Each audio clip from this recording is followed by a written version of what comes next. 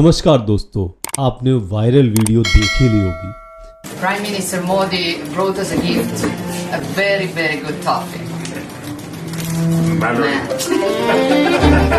जिसमें मेलोनी है चॉकलेटी।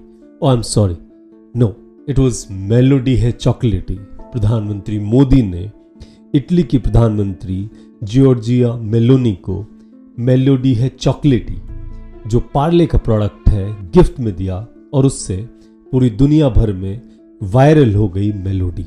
हालांकि मैंने कुछ युवाओं को कहते हुए सुना मेलोनी है चॉकलेटी। खैर छोड़िए, आगे बढ़ते हैं और बात यहाँ जो इम्पोर्टेंट है वो भारत की अर्थव्यवस्था से है, इंडियन इकोनॉमी से। इंडियन इकोनॉमी से इसलिए चूंकि प्रधानमंत्री मोदी इससे पहले इतना सस्ता गिफ्ट किसी के लिए लेकर नहीं गए।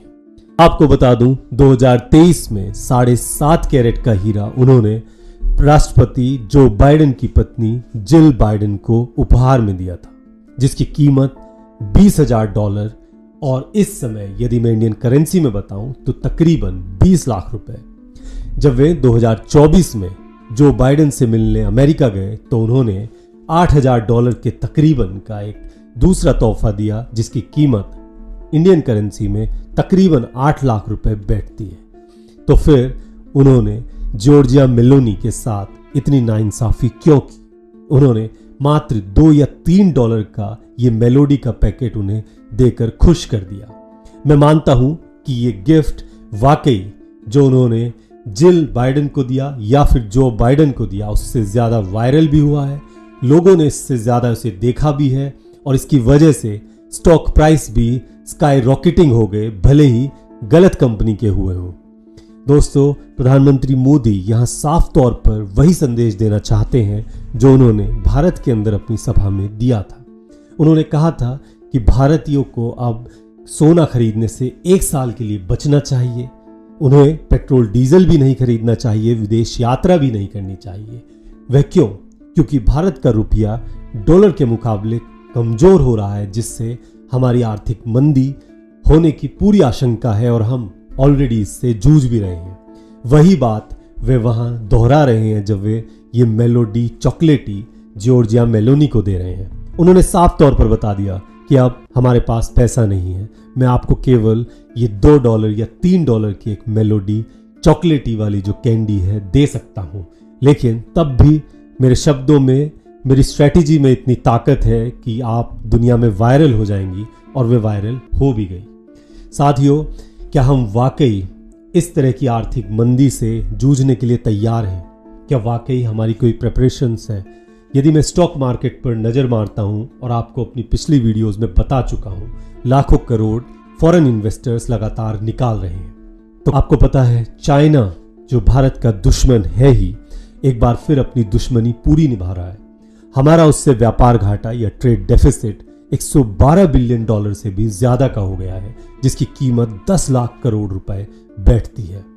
हम जो भारत के अंदर अपनी मैन्युफैक्चरिंग फैसिलिटीज डेवलप कर रहे हैं, जिसमें खास तौर पर इलेक्ट्रॉनिक मैन्युफैक्चरिंग है, उसमें जो चीनी कंपनियां हैं अब उन्हें भी कह दिया गया है कि वे इन्वेस्ट कर सकते हैं, वे अपनी फैसिलिटी बना सकते हैं। लेकिन चीन इससे खुश नहीं है और उसने कंपनियों से, उनके मालिकों से जवाब मांगा है कि आप ऐसा क्यों कर रहे हैं, आप भारत से बचें, वहां कोई फैक्ट्री ना लगाएं। क्या भारतीय सरकार भी ऐसा करती है?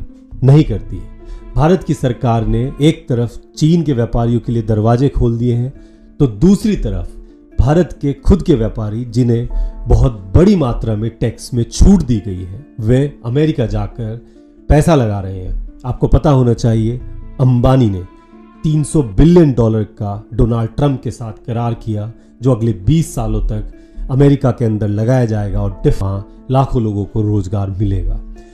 और दूसरी तरफ अडानी, उन्होंने $10 बिलियन अमेरिका में लगाने का फैसला लिया है, जिससे वहां पर 15,000 नौकरियां पैदा होंगी। अब आप सोचिए, क्या वाकई हम अपने देश को बचाने के लिए, इसके अंदर रोजगार पैदा करने के लिए तत्पर हैं? क्या हमारी पॉलिसीज हमारे जो रिक्वायरमेंट्स है उसके सिंक में है? और दोस्तों, भारतीय इन्वेस्टर्स का तो कुछ ऐसा है कि वे तो यही नहीं जानते कि हम कहां इन्वेस्ट कर रहे हैं। शेयर मार्केट सट्टा बाजार हो गया है। आपको पता है, पार्ले जो कंपनी है वो अनलिस्टेड है, जिसका प्रोडक्ट भारत के प्रधानमंत्री ने जॉर्जिया मेलोनी को दिया, मेलोडी चॉकलेटी। जबकि जो कंपनी लिस्टेड है उसका नाम पार्ले इंडस्ट्रीज है और उसका फूड के बिजनेस से कोई मतलब ही नहीं है। तो रिटेल इन्वेस्टर्स ने आंख बंद करके इतने शेयर्स खरीद डाले कि उस पर सर्किट का अपर कैप 5% पर लग गया। अब आप सोचिए कि यदि यहाँ का इन्वेस्टर इतना अनइन्फॉर्म्ड है तो फिर भारत की कंपनियों की जवाबदेही कहाँ से तय होगी। भारत एक तरफ इन सब मुसीबतों से जूझ रहा है, जहां उसे तेल की सप्लाईज कम मिल रही हैं, गैस की सप्लाई कम मिल रही है, हर चीज महंगी हो रही है। वहीं दूसरी तरफ भारत के ही व्यापारी, जिन्हें भारत के ही अंदर टैक्स में छूट मिली है, वे अमेरिका जैसे समृद्ध देश में पैसा लगा रहे हैं और वहां नौकरी पैदा करने की बात कर रहे हैं। तो दोस्तों, क्या मेलोडी की तरह हमारे देश की अर्थव्यवस्था भी चॉकलेटी होने वाली है, या फिर ईरान युद्ध से हुई ऑयल गैस की सप्लाईज में कमी, महंगाई का बढ़ना, फॉरेन इन्वेस्टर्स का हमारे मार्केट से पैसा निकालना और इसके अलावा एआई टेक्नोलॉजी का बुरा असर हम झेलने वाले हैं। आने वाले समय में हमारी अर्थव्यवस्था उससे ग्रस्त रहने वाली है। आप कमेंट करके बताएं। धन्यवाद दोस्तों।